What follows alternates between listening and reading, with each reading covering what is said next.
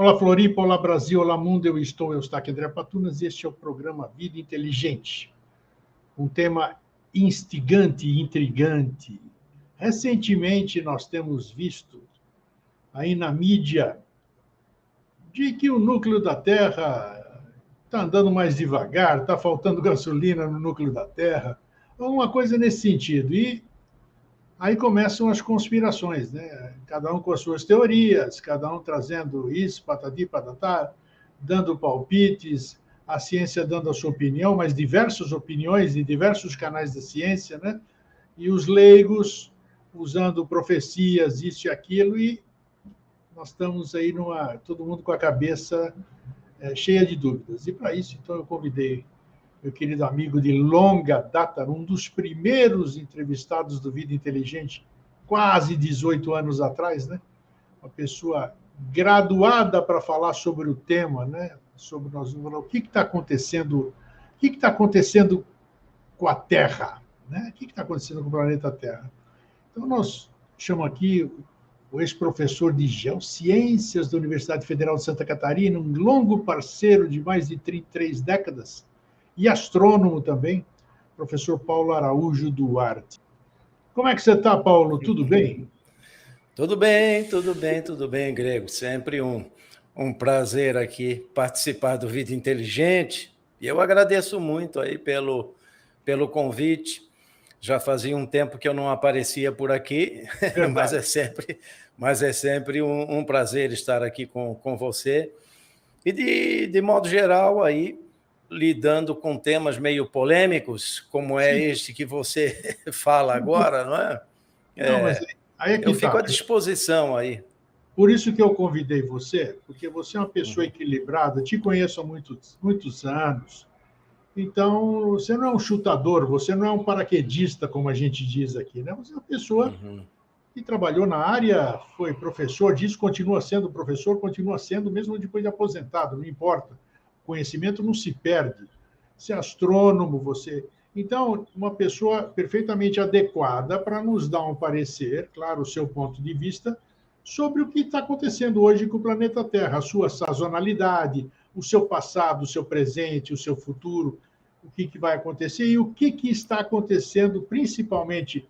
Vamos focar a nossa conversa hoje, apesar de que o leque está aberto para se falar de todas as épocas da Terra, né?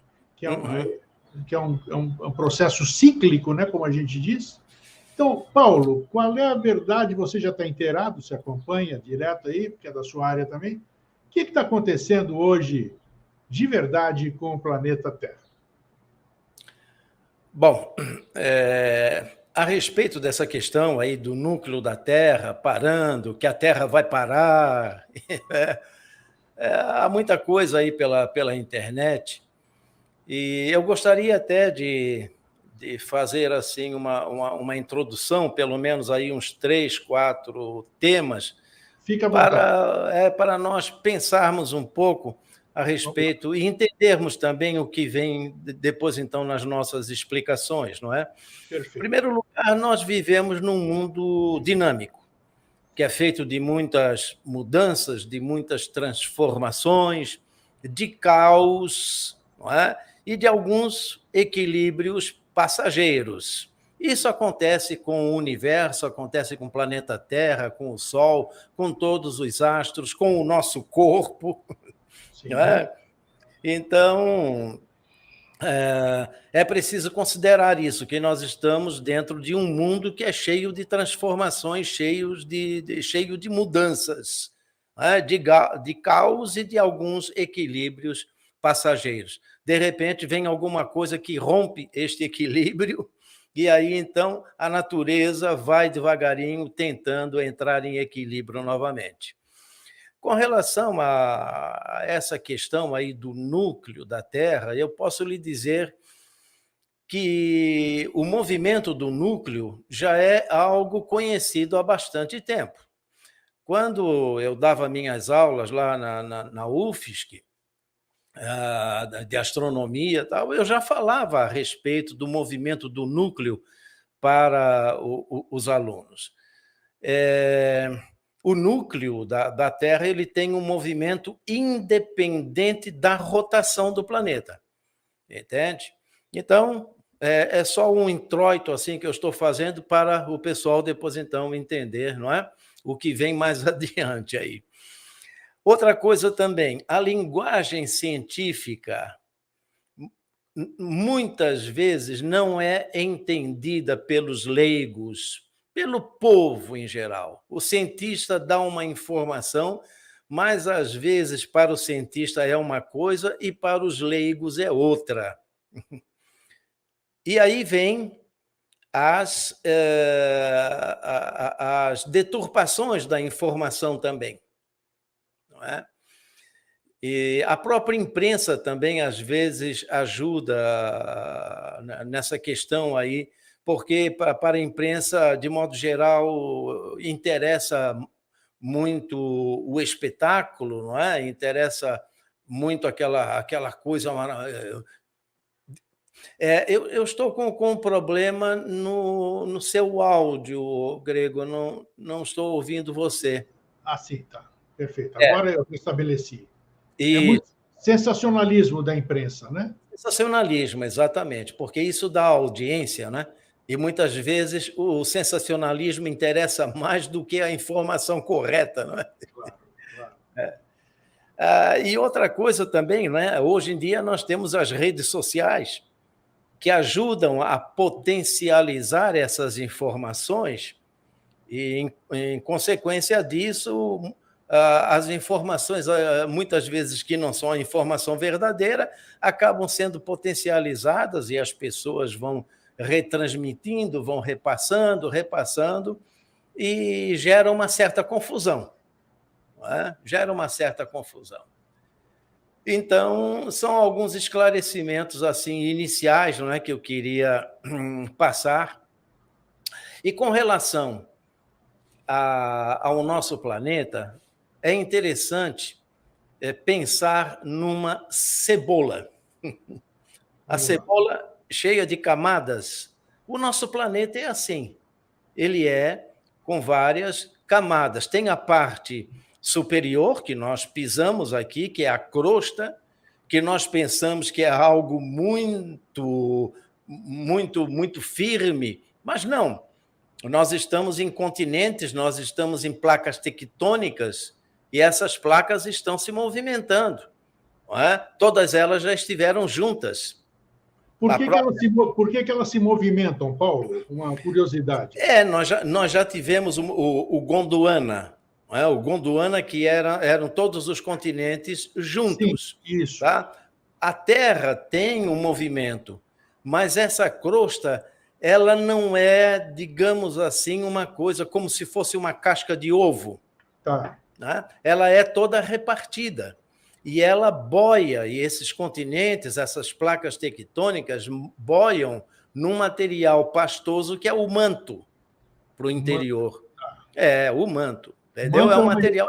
Manto é uma história, magma é outra? Não, é o magma. É o magma, digamos assim, para simplificar as coisas. É o magma, esse que sai dos vulcões e tal. Né? Ótimo. Agora, é claro, pela geologia, o manto também é dividido em outras partes e tal, mas para simplificar a explicação, vamos considerar isso. Nós temos, então, a crosta e o próprio movimento da Terra, o movimento de rotação, faz com que essas placas se movimentem. Então, gradativamente, elas foram se afastando umas das outras, que era aquele continente de alguns milhões de anos, o Gondwana. Sim. Tá? Então, dá de verificar isso pelo próprio a parte leste da América do Sul, que se encaixa na parte oeste da África, não é? Seria Pangeia ou não, nesse chamado? Isso aí, que era? Pangeia seria um único continente? Era isso ou não? Sim, isso, exatamente. Né? Então, foi havendo esse afastamento das placas e ainda estão se movimentando. Sim. Nós não vamos pensar que a América do Sul que nós estamos aqui, ela está parada, não, ela está se movimentando, questão de poucos centímetros por ano, mas está se afastando cada vez mais da África, entende?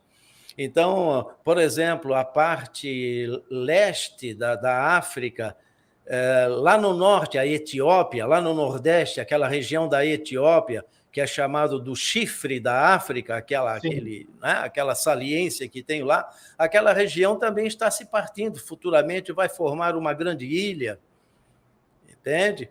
Então, tudo está em movimento ainda. Isso que nós pisamos aqui não é tão firme, não. E depois, então, o Grego, a crosta é muito fina em relação ao resto todo do planeta, entendeu? Então, nós estamos boiando neste manto, né? Tá certo?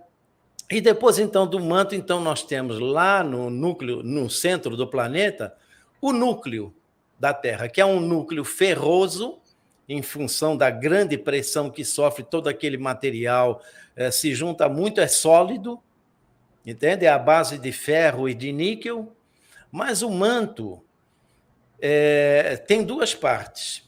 Tem a parte interior mesmo, digamos que é uma bola de ferro, e depois, então, tem uma parte externa, que é líquida.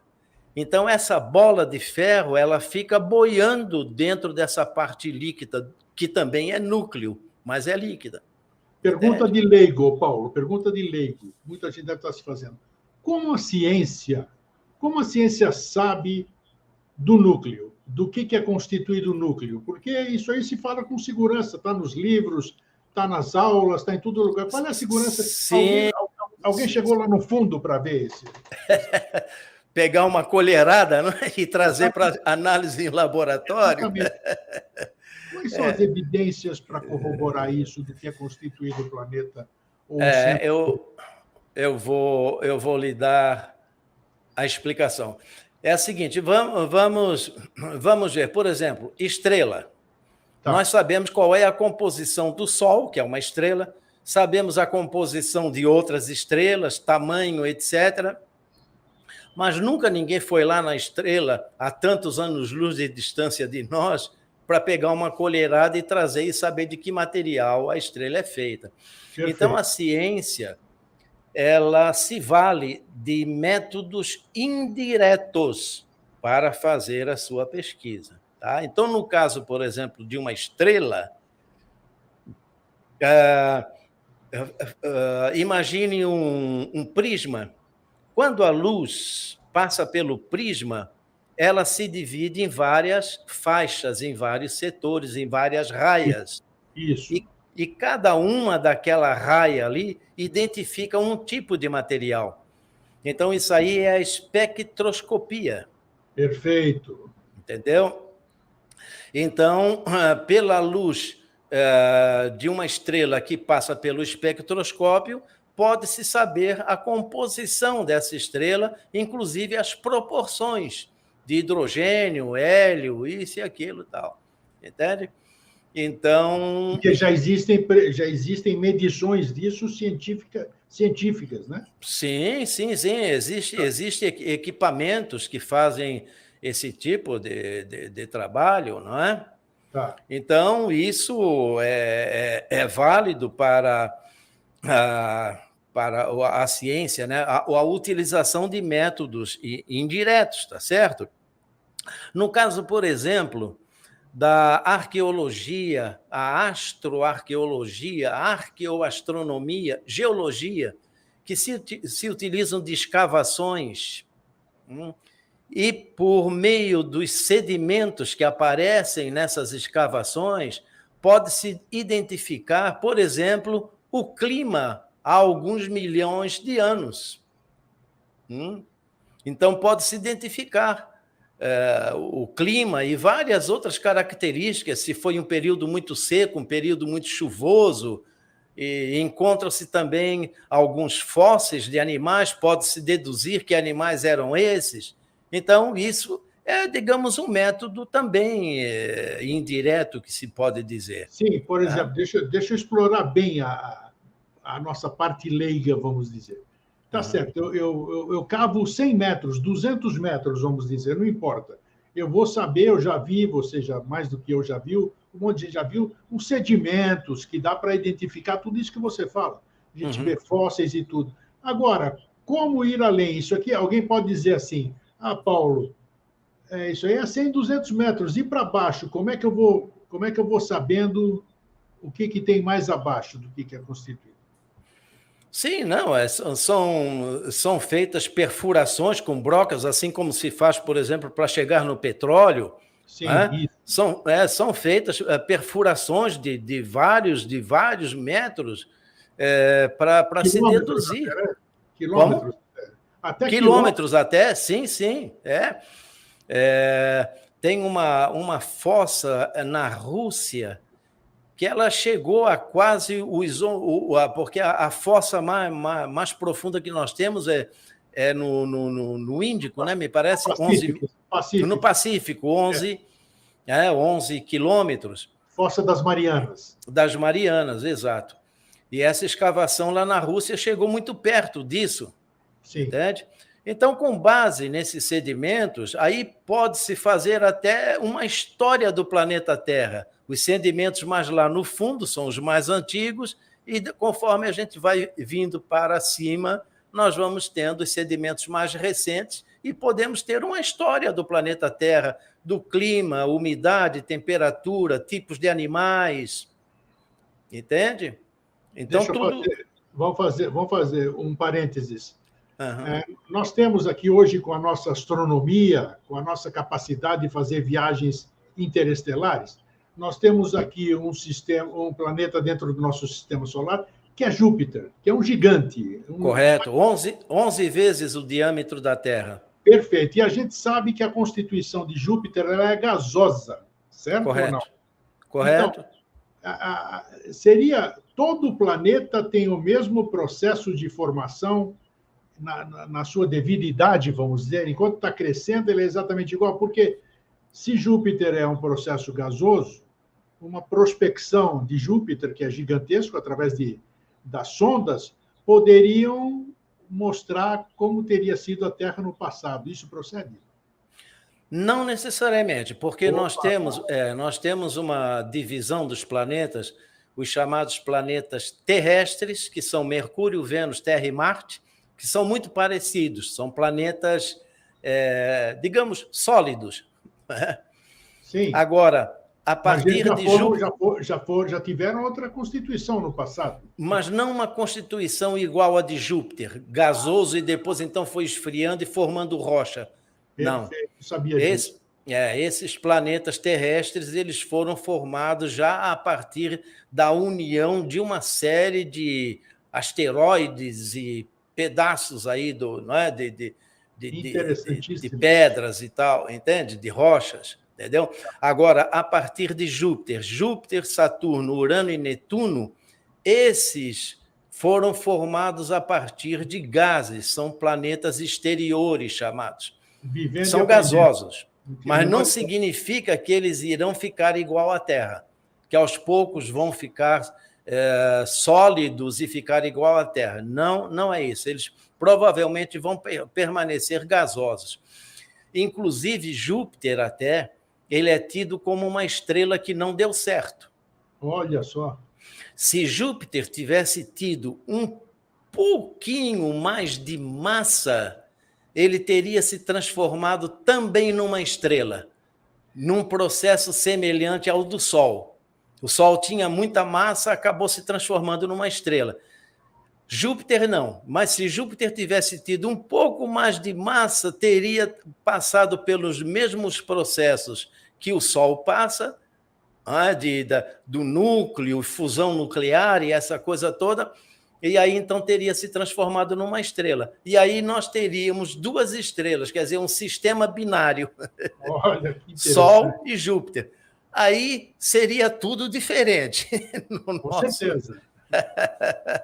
No nosso sistema. Eu não tinha ideia disso, dos planetas terrestres e os outros planetas gasosos. Não sabia disso, Paulo. Uma informação muito importante. E depois, então, deles, tem o Plutão, que está lá adiante, mas ele é sólido, né? como os planetas terrestres, e aí tem aquela discussão, Plutão é planeta, não é? Plutão é um asteroide, lá daquele cinturão, lá distante, tal, que se desgarrou, e está por ali, é planeta, não é? No final das contas, acabaram botando como planeta Plutão, como Sim. planeta não, melhor dizendo, planeta não. Agora, eu acredito que futuramente, a discussão ainda é muito grande, se é planeta ou não, acredito que futuramente ele deverá voltar a ser planeta, viu? Voltar a ser planeta, eu concordo, eu também acho. Porque nós tivemos aí há uns anos a sonda New Horizons, que fez várias descobertas, inclusive que Plutão é um planeta geologicamente ativo. Ele não é uma simples rocha que está lá. Ele é geologicamente ativo, ele tem movimentos, enfim, tem abalos sísmicos, etc, etc. Puxa. Ele, em função disso, provavelmente ele possa voltar a ser planeta. Legal.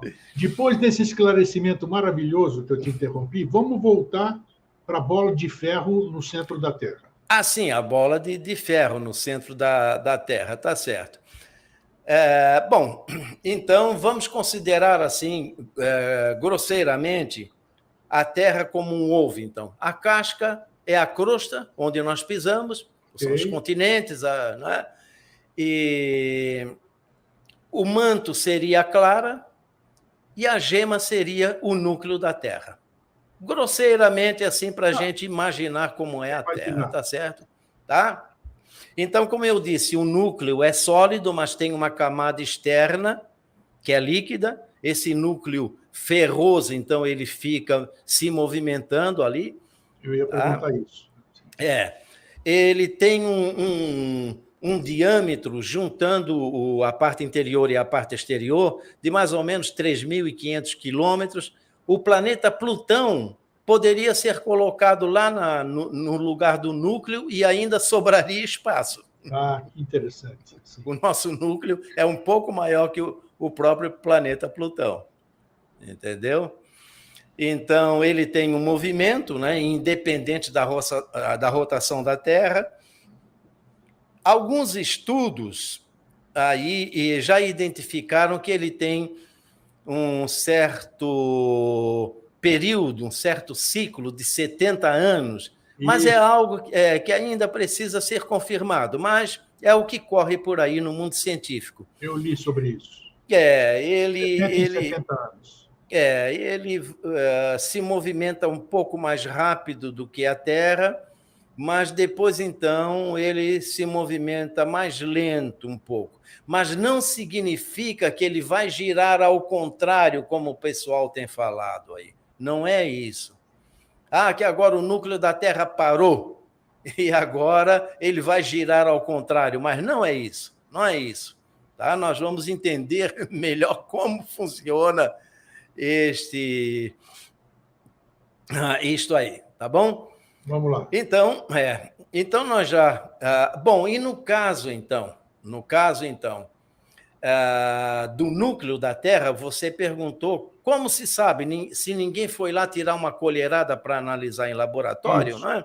Isso. Como é que se sabe a constituição, que ele mede 3.500 quilômetros, não sei o que e tal? Aproveitando também um método indireto, pelas ondas sísmicas. As ondas sísmicas. As ondas dos abalos dos terremotos. Então, nós temos frequentemente terremotos no nosso planeta e essas ondas elas vão reverberando pelas camadas do planeta. Entende? Okay. Então, se os astrofísicos acompanham essas ondas, e, por sinal, algumas ondas dessas já foram provocadas artificialmente, com bombas, não é? E aí, então, elas passam pelas camadas da Terra, então pode-se falar numa espécie de uma radiografia, elas registram lá nos aparelhos os tipos de ondas, e pelos tipos de ondas a gente pode deduzir que tipo de material está lá por dentro do planeta, inclusive o núcleo. O porquê que o núcleo é ferroso, o porquê que o núcleo é sólido, e porquê que ele tem uma camada externa líquida. Isso tudo é deduzido pelos tipos de ondas que passam por esse material e chegam até os equipamentos. Até a própria lava te entrega, né? A atividade vulcânica te dá a composição do que está saindo do que o magma é constituído, essa série de coisas. Isso, exatamente, exatamente. Tá? Então, por meio das ondas sísmicas, consegue-se deduzir o tipo de material que existe dentro do nosso globo.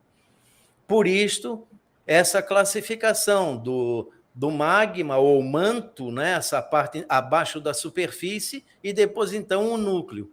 E, geologicamente, o próprio manto também é subdividido em partes, em camadas. Sim. Tá? Então, isso se estuda na geologia, na geofísica, entende? E nós não estamos tão distantes assim, né, Paulo? Se você pensar, tá certo, as Fossas Marianas têm 11 quilômetros, 11 mil metros. Até o centro da Terra já se diz que tem, isso aí você mede pelo planeta, aí você é fácil, é uma conta matemática.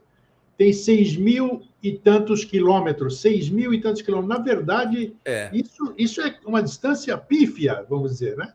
6 mil e poucos quilômetros é pouca coisa até o centro da Terra. 6.300 e poucos quilômetros. 6.300 quilômetros, veja bem, ô Grego, em linha reta,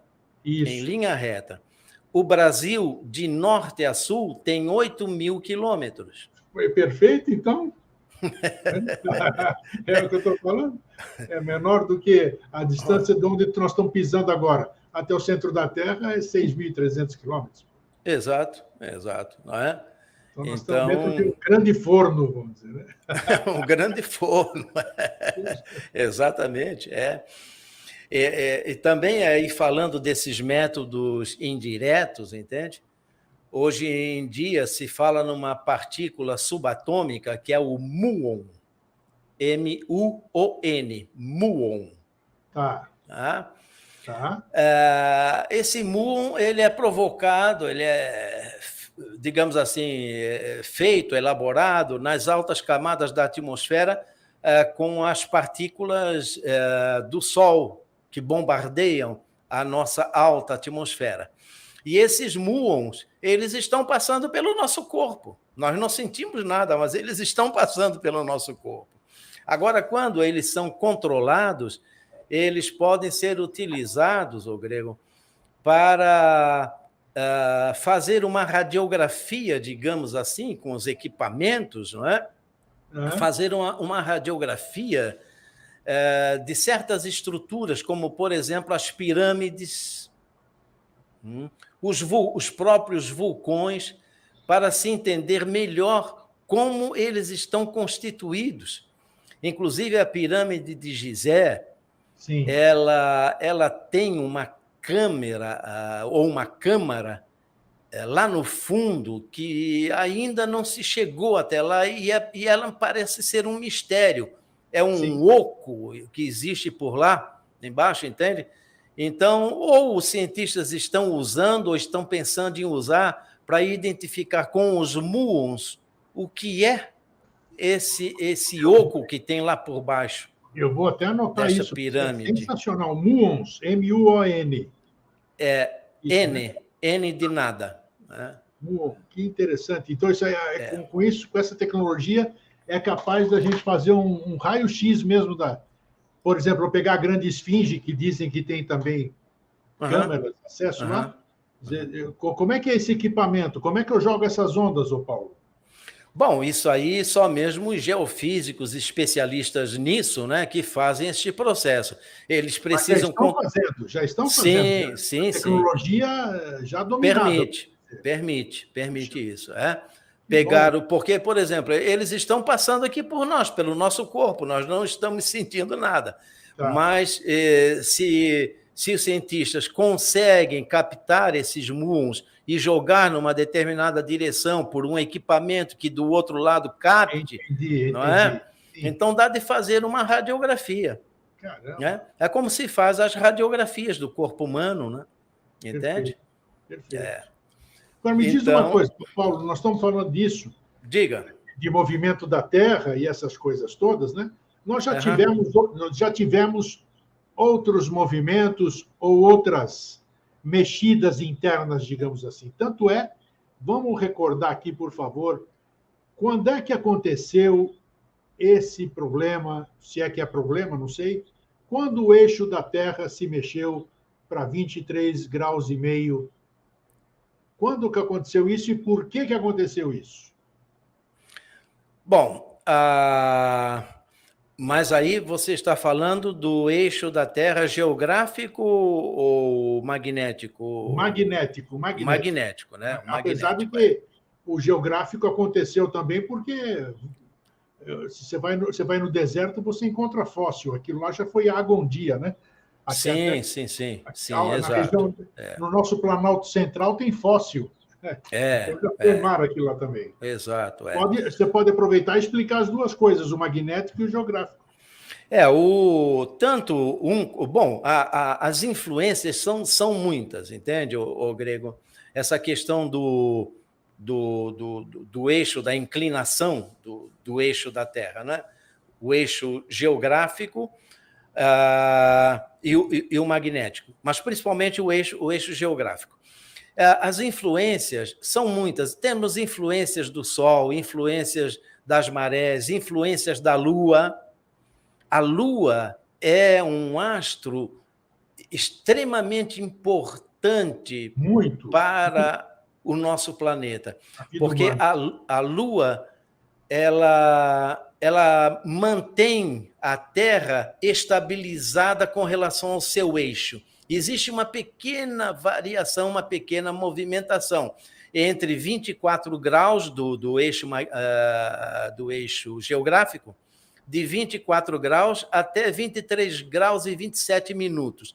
Então, é uma variação muito pequena, entende? Agora, não fosse a Lua, essa variação poderia ser maior.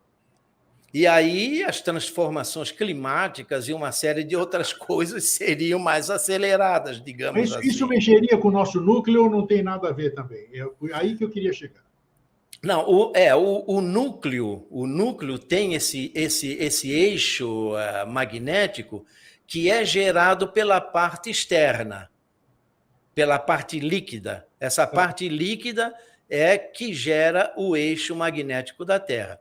Agora, poderia, em algum momento, coincidir eixo magnético com eixo geográfico, nada impede, entendeu? Agora, o eixo magnético, ele sofre uma variação, se eu não me engano, é de 1 quilômetro dentro da área dos polos. E ele vai variando gradativamente, eu não me lembro agora assim a periodicidade, sim, mas ele vai variando aos poucos e tal, e vai passeando por ali, digamos, dentro daquela região. Mas é uma coisa muito pouca, muito pequena, entendeu? Houve algum fenômeno contundente para fazer essa inclinação nesse eixo ou não? Nessa mudança? Bom, as influências são muitas. Nós temos influências do Sol, temos até o planeta Júpiter também tem as suas influências. Vênus, que é mais próximo da Terra também, e é um planeta praticamente do tamanho da Terra. Então, as influências sobre o nosso planeta e sobre o próprio eixo e toda a inclinação da Terra, essa coisa toda, tudo isso aí é uma máquina muito complexa, entendeu? Então, não dá de explicar assim necessariamente por uma coisa só. Por que, Paulo? Então, por quê? Eu vou te interrompendo para a gente ir casando... Não, vamos lá, isso é muito bom. Por que, então, que as pessoas estão tão preocupadas, os medrosos, os tragedistas e essas coisas todas, com esse negócio de inclinação do eixo, o eixo vai voltar para não sei o quê, e aí quem mora em praia está ferrado, porque vai ser tudo engolido, disso aqui. Por quê? Embasados no quê, Paulo? Tem algum embasamento 1% científico para as pessoas ficarem falando essas coisas? De que, de repente, a Terra vai de 23... Pô, se mexer 1 grau já é muita coisa. Imagina se ela voltar para 23 graus e meio para a posição correta. Como é que é essa questão? Isso é verdadeiro, falso? Qual é a veracidade dessa questão de mudança de eixo? Você sabe, bom, nós já chegamos a fazer no Vida Inteligente um programa sobre o fim do mundo. Foi, fizemos, muito bom. E eu e você já passamos por vários fins do mundo. Com certeza. E nada aconteceu. Nada, verdade. Então, existem muitas pessoas, algumas às vezes religiosas, enfim, místicas e tal, que inventam muita coisa. Existe esse clima assim do amedrontamento, digamos assim, não é? E isso é muito ruim. As notícias vão sendo potencializadas e vão passando adiante, vão passando, e aí ficam as pessoas apavoradas acreditando em tudo, que não se deve. Não é? As pessoas repassam coisas e muitas pessoas vão acreditando. Precisa filtrar, precisa pesquisar. Mas, pois bem, então, essa questão, por exemplo, o planeta Terra vai inverter o eixo magnético, os polos magnéticos vão inverter. De repente, o norte vira sul e o sul vira norte. Mas não é assim. Isso pode até acontecer, mas é tudo muito vagaroso e está relacionado com o núcleo da Terra. Dependendo da movimentação do núcleo da Terra, pode, é claro, acontecer uma inversão dos polos, que acredita-se que pode ter acontecido em Marte. Porque você sabe que Marte é um planeta extremamente inóspito. Mas se sabe pelas pesquisas atuais e tudo que já houve muita água, já houve rio, já houve mar em Marte, provavelmente vida, mas talvez em função de uma movimentação gradativa dos polos magnéticos, isso aí, se existem os polos magnéticos, existe também o equador magnético. Então, essa mudança vai causando gradativamente mudanças climáticas também. Mas isso é um processo moroso, né, Paulo? Não é da noite para o dia, né, pô? Não é da noite para o dia, é um processo moroso. Pode acontecer com a Terra, como não, entendeu? Mas qualquer movimentação do eixo magnético, mesmo gradativo, é óbvio que vão ocorrendo transformações também no planeta. Por exemplo, as bússolas, não é? As bússolas, os pássaros que se orientam por meio do campo magnético da Terra. Os peixes. Os peixes, entendeu?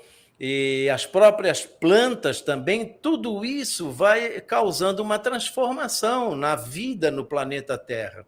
É claro, então foi como eu disse no começo, nós vivemos num mundo, num universo, num planeta, num sistema solar dinâmico.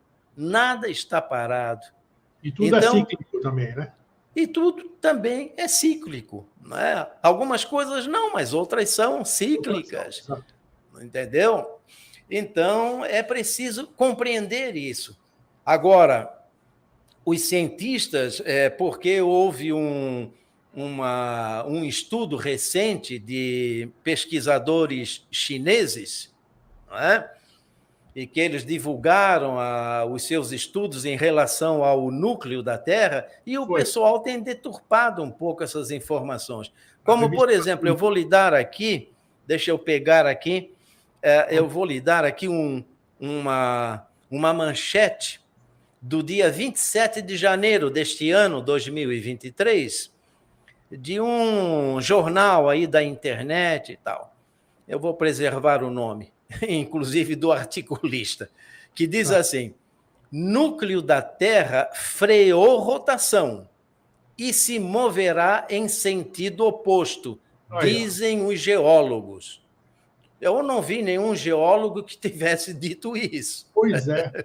Pois é. E tem ainda nessa manchete um subtítulo dizendo: estudo chinês descobre que núcleo da Terra inverteu sentido de rotação. Não inverteu sentido de rotação. Isso aí é um mal entendido. Tá? É um mal entendido. Nós vamos explicar isso aí. Vamos explicar isso aí.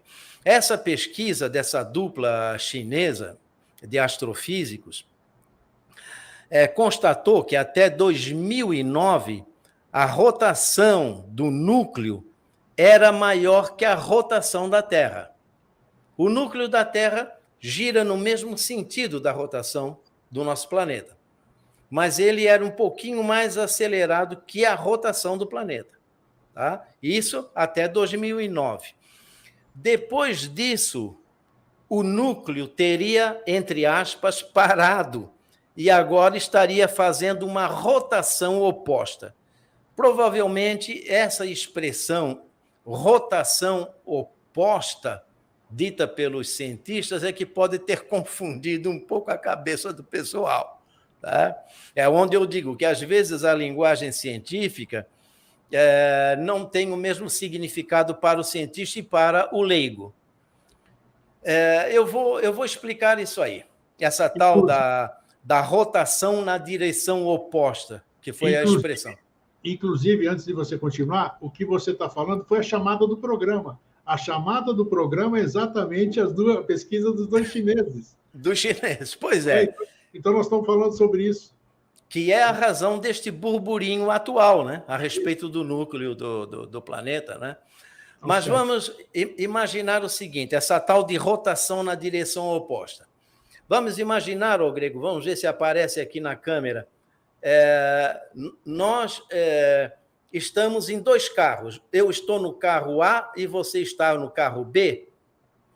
E nós estamos jogando corrida, mas estamos emparelhados. Tá certo? Sim. Estamos emparelhados. Mas, de repente, você é mais veloz que eu e o seu carro começa a avançar. Qual é a impressão que dá para o meu carro? Na sua perspectiva, é que o meu carro está indo para trás. Isso. Sim. Como se estivesse dando ré. Perfeito, claro. Então, o meu carro seria o núcleo da Terra e o seu carro seria a rotação do planeta. Entendeu? Mas não que o núcleo está dando ré. Não, ele está indo mais devagar. Entendeu? Então, esse é o entendimento da tal rotação na direção oposta. Então, o pessoal tem achado que agora o núcleo parou e agora está girando ao contrário. Tá, e mas não é isso. O que você que tem acompanhado, e é o motivo do nosso programa hoje, o nosso tema, o que está acontecendo de verdade, meu? O que os outros... Aconteceu alguma coisa notória mesmo ou nós estamos no campo das conjecturas, São Paulo? Não, é o campo das conjecturas e não... E nisso também, analisar o comportamento do núcleo da Terra, tudo, a própria medição da rotação também do planeta, tudo isso é meio complexo. A medição da rotação do planeta, tudo bem, é bem mais fácil. Mas agora o núcleo que você tem que analisar de acordo com o comportamento, não é o comportamento das ondas sísmicas e tudo isso aí requer muito tempo, requer muito trabalho, e são muitos grupos, muitas pesquisas, muitos dados e muitas indefinições ainda também. Né? Então, essa dupla chinesa aí relatou o resultado, aqui chegou, mas... Eles foram os desencadeadores da questão, então, a dupla chinesa? Exatamente, exatamente. Não sabia. Foi essa notícia recente. O estudo deles é que gerou toda essa polêmica aí. Isso, mas não que eles tenham sido pioneiros, os primeiros a fazer esse estudo, e agora nós estamos sabendo que o núcleo da Terra parou e agora vai girar ao contrário. Mas não, outras pesquisas já vêm sendo feitas desde muito tempo. na década de 70, por exemplo, foram feitas pesquisas a respeito disso. Na década de 90 também foram feitas pesquisas comparando dados de 1967 e de 1995, me parece, e se chegou à conclusão que, não, comparando esses resultados de 67 e 95, não houve muita alteração, o que significa que o núcleo da Terra está comportado. Que é isso? É verdade. Não é? Entende? Está comportado, tal, não houve grande alteração, e isso, inclusive, veio provar que o núcleo da Terra se movimenta, sim, ele tem movimentos. Não é? Agora, seria interessante a gente dar uma olhada também nessa questão da medição do tempo, né? E aí voltaremos nessa questão aí do núcleo da Terra, tá? Por quê? A rotação ela é medida pelo chamado... São relógios atômicos de altíssima precisão, né? E elas medem o chamado tempo universal coordenado. Então, quando esses relógios eles utilizam os átomos, elétrons e tal, e são muito perfeitos, muito precisos, e até podemos dizer invariáveis, né? Tá? Agora, às vezes, quando a rotação da Terra e os relógios atômicos eles não estão sincronizados e existe um desvio em mais de 0,4 segundos, quer dizer, 4/10 de segundos, o tempo universal recebe um ajuste que é chamado de segundo bissexto. Segundo do tempo, não é? Segundo bissexto. Assim como nós temos o ano bissexto, que é para fazer a relação, ajustar o calendário civil com o calendário astronômico.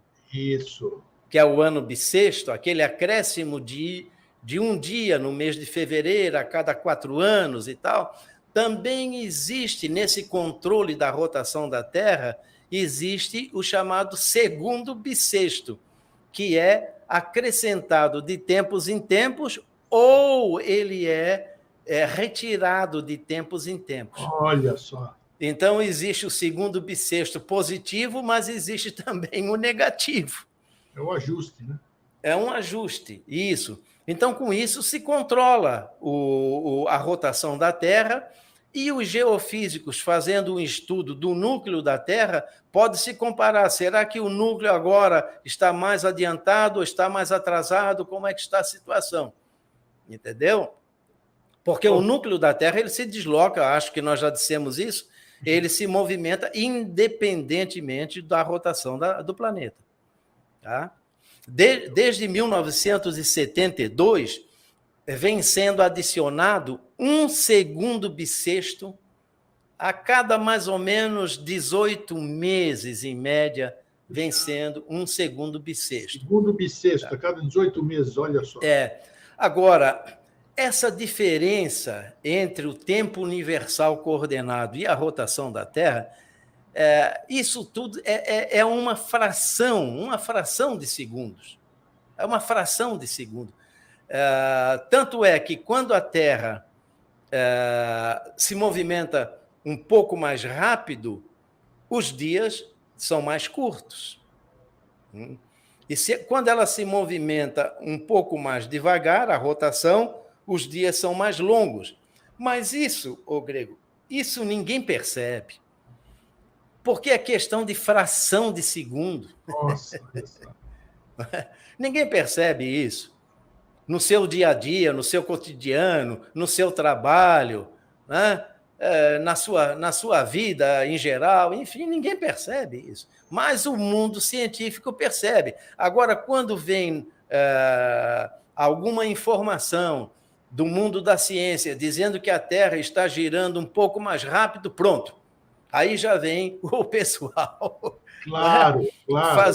fazendo fantasias e alguns até dizendo que nós vamos para o espaço porque a rotação está muito rápida e vai todo mundo para o espaço. Mas não é isso. Ô, Paulo, para a gente entrar na reta final, temos pouco tempo. Uhum. Como é que a população, as pessoas de bem, aquelas pessoas que procuram discernir, usar a palavra discernimento, que é uma palavra importantíssima na vida da pessoa, saber discernir.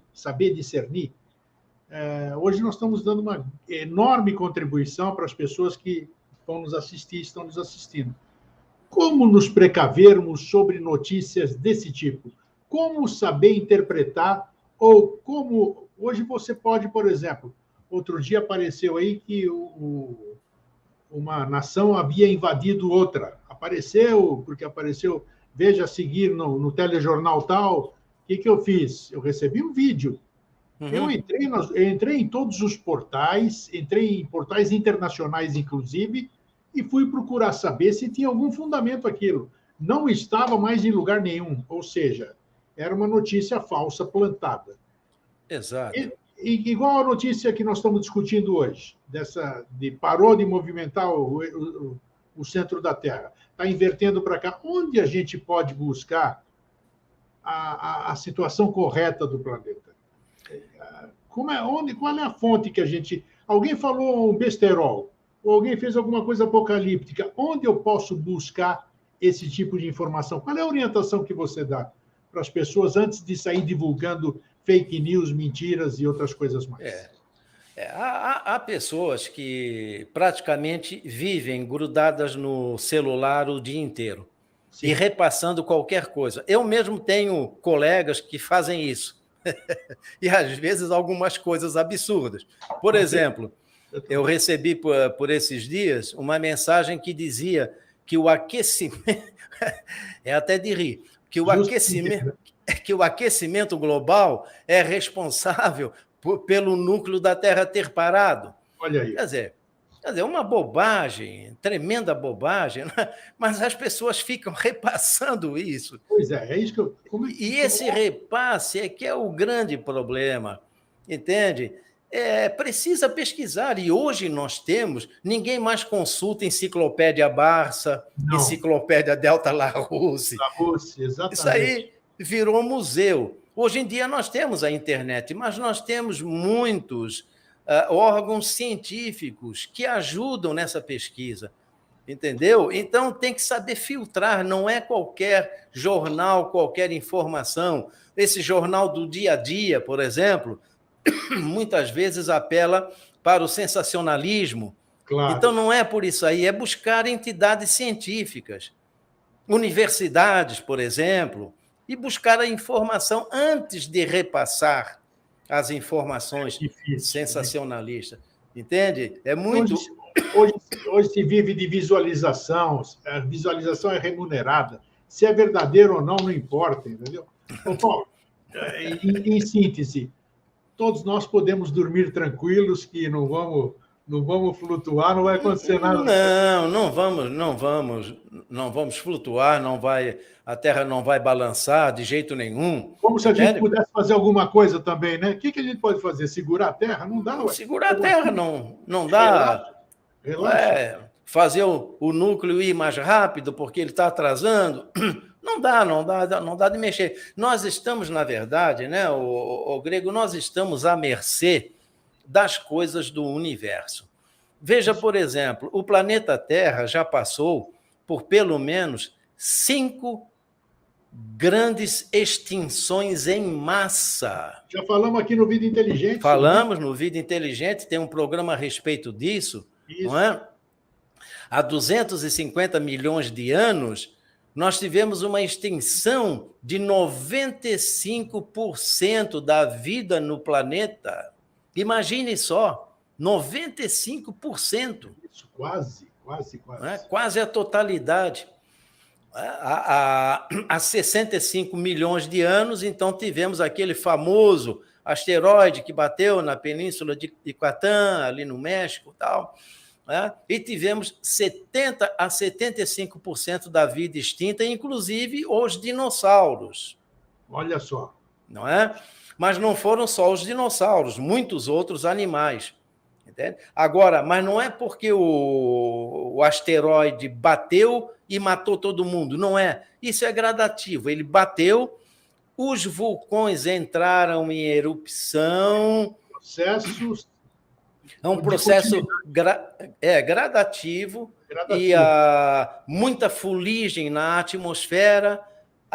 O Sol teve dificuldade de penetrar, aí a fotossíntese, é tudo uma cadeia, não é, de eventos, entende? E a Terra sobreviveu. A Terra sobreviveu. E o mais interessante, Grego, em tudo isso, é a questão da vida. Porque sempre me fica a pergunta, como é que podem surgir espécies que nunca existiram? Quer dizer, como é que pode acontecer quer dizer, a vida surgir da não vida, né? Incrível, né? Um grande mistério. Isso, em todas essas grandes extinções, sempre aconteceu isso. Algumas espécies desapareceram e não voltaram. E novas surgiram. Como acontece isso? Para mim, é a grande interrogação, né? Põe interrogação nisso. Com certeza. Não é? Conjecturas mil.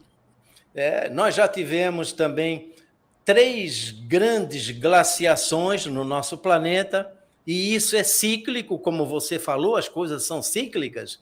Né? A última grande glaciação acabou há mais ou menos 15 mil anos atrás, só 15 mil anos. Então, entre uma glaciação e outra, existe um período interglacial. Então, né, de um esquentamento e tal, depois então vem uma nova glaciação. Então, nós estamos vivendo, neste momento, um período interglacial. Então, pela história da Terra, nós estamos indo na direção de uma nova glaciação. Mas isso tudo... Daqui a uns 15 mil anos de novo. Ou mais. Ou mais, tá aí. Então, fiquem tranquilos aí. Ó. Entende? Então, é isso. Nós temos que entender, como nós falamos lá no começo, que nós vivemos num mundo muito dinâmico,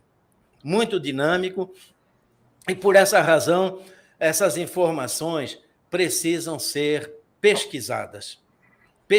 Não, eu aconselho, não fique repassando qualquer coisa, principalmente quando elas são sensacionalistas e principalmente quando elas vêm do mundo científico.